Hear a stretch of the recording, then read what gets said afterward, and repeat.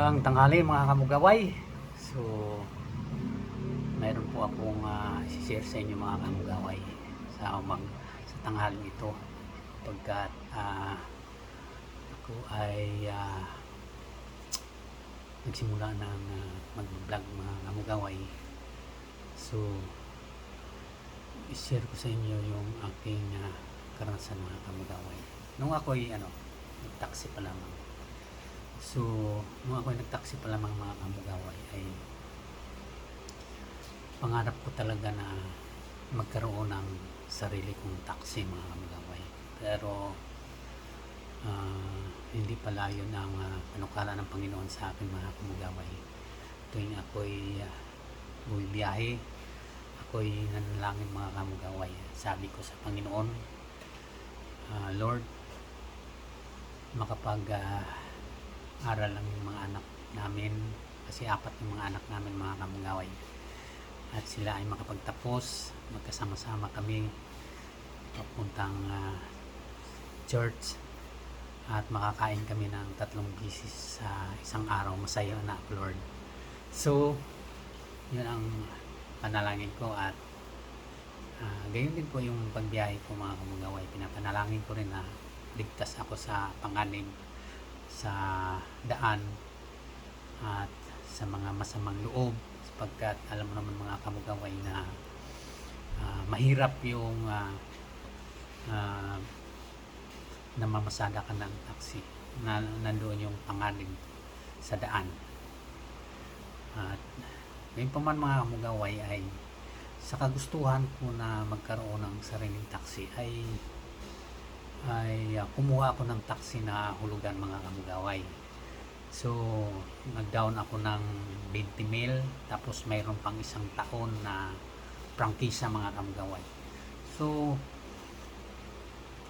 nung time na yung mga kamugaway ay yung taxi na yun ay talagang grabe, maraming problema doon. Yung mahina ang aircon, makalampag mga kamugaway, at ang ginagawa ko ay lagi kong kinukumpuni mga kamugaway. So ang boundary ko noon araw-araw mga kamugaway ay 600 nung taong 1998 mga kamugaway, 1998. So sa kakumpuni ko mga kamugaway, kasi gusto ko makondisyon yung taxi, ay laging nasisira. So hindi ako makapagbiyahe ng dire-diretso. So yun, hindi ako man nakapag-boundary ng tuloy-tuloy. Lumalaki yung aking boundary at nahihirapan ako mga kamugaway. So dumuting yung time na tumirik yung taxi mga kamugaway sa EDSA, at kaagad-agad ay nakatutok naman yung raker mga kamugaway ng MMDA. So na-raker. So ang ginawa ko mga kamugaway ay isinauli ko yung taxi dahil hindi ko na kaya. Kasi iniisip ko wala na akong pangpaluwal mga kamugaway, ay tutubusin ko pa yung taxi doon sa impounding area sa MMDA 1.5. Pagkatapos ang dahilan pala kung bakit siya tumirik mga kamugaway ay ang battery ay hindi na ako makarga. So yun mga kamugaway, sinauli ko. Naka 4 na buwan na ako mga kamugaway sa taxi na yun, at hindi ko na nakaya, sinauli ko. So ang aking misis naman mga kamugaway ay masipag magtinda-tinda sa mga bangkita, kung ano-anong kanang kanyang tinitinda. So nagkataon na doon siya nagtinda sa palengke sa bangkita. Ang sabi niya sa akin mga kamugaway, tulungan mo na lang ako dito para magtinda sa bangkita. So no choice ako mga kamugaway, at tinulungan ko siya pinagawan niya ako ng kariton, tinda ng mga sibuyas, bawang, kamatis, luya. So yun ang aming mga tinda mga kamugay sa bangkita. Akala ko mga kamugaway ay wala ng huli dahil ako nag-drive na lang ng kariton, nagtitinda ng mga sibuyas, bawang. Yung pala ay may huli din pala mga kamugaway. Hinuli ako ng mga gwardiya ng palengke sapagkat bawal ang magtinda sa bangkita. So tumingala ako sa langit at sabi ko, Lord, gusto ko namang makapagtinda ng maayos pero ayaw ko ng ganito na hinuhuli ako.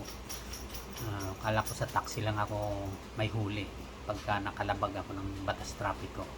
Yung pala ay pati sa pagtitinda ng mga gulay ay hinuhuli din ako dahil bawal sa bangkita. So sa makatuwid mga kamugaway ay mayroon palang panukala ang Panginoon na kung saan sa magitan ng aming pagtitiis sa pagtitinda ng mga gulay sa bangkita ay ito ang simula na ipinagkaloob ng Panginoon na kami ay magkaroon ng pwesto sa palengke mga kamugaway sapagkat nakakita kami ng bakanting upahan ay aming inupahan at doon nagsimula mga kamugaway na kung saan lumago yung tindahan na pinagkatiwala ng Panginoon sa aming mag-asawa mga kamugaway. At noon dahil gusto akong magkaroon ng sariling sasakyan, taxi, ay iniisip ko mga kamugaway, ano kaya ang ipapangalan ko kung ako ay papalarin na magkaroon ng sariling taxi. Naisip ko mga kamugaway na ang aking ipangalan ay Hamugaway Taxi.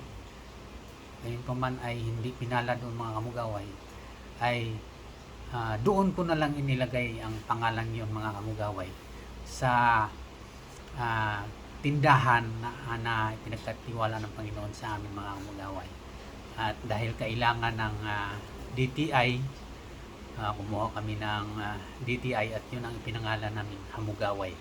Kaya yun ang aming pangalan sa aming tindahan ng mga gulay ay Hamugaway Vegetable mga kamugaway. So doon nagsimula at pinapasalamatan ko ang Panginoon sapagkat siya ang nagbigay nito, pinagkatiwala sa amin at ito ang dahilan kung bakit ang aming mga anak na 4 mga kamugaway ay nakapagtapos sila at nakakuha rin kami ng bahay na medyo malaki-laki rin at pinagkatiwalaan din kami mga kamugaway ng sasakyan. So purihan ang Panginoon sa kanyang kabutihan na kung saan ay hindi nililimitahan yung kanyang kabutihan at kanyang mga pagpapala ay pinagkaloob sa amin. Kailangan nating magtiwala sa kanya na kung saan mayroon tayong mga nais ating buhay na gusto nating maabot. Pero ang Panginoon ay mayroon siyang panukala na ipagkaloob kung tayo ay magpasakop sa kanya ng lubos. So, maraming salamat mga kamugaway. Thank you for watching.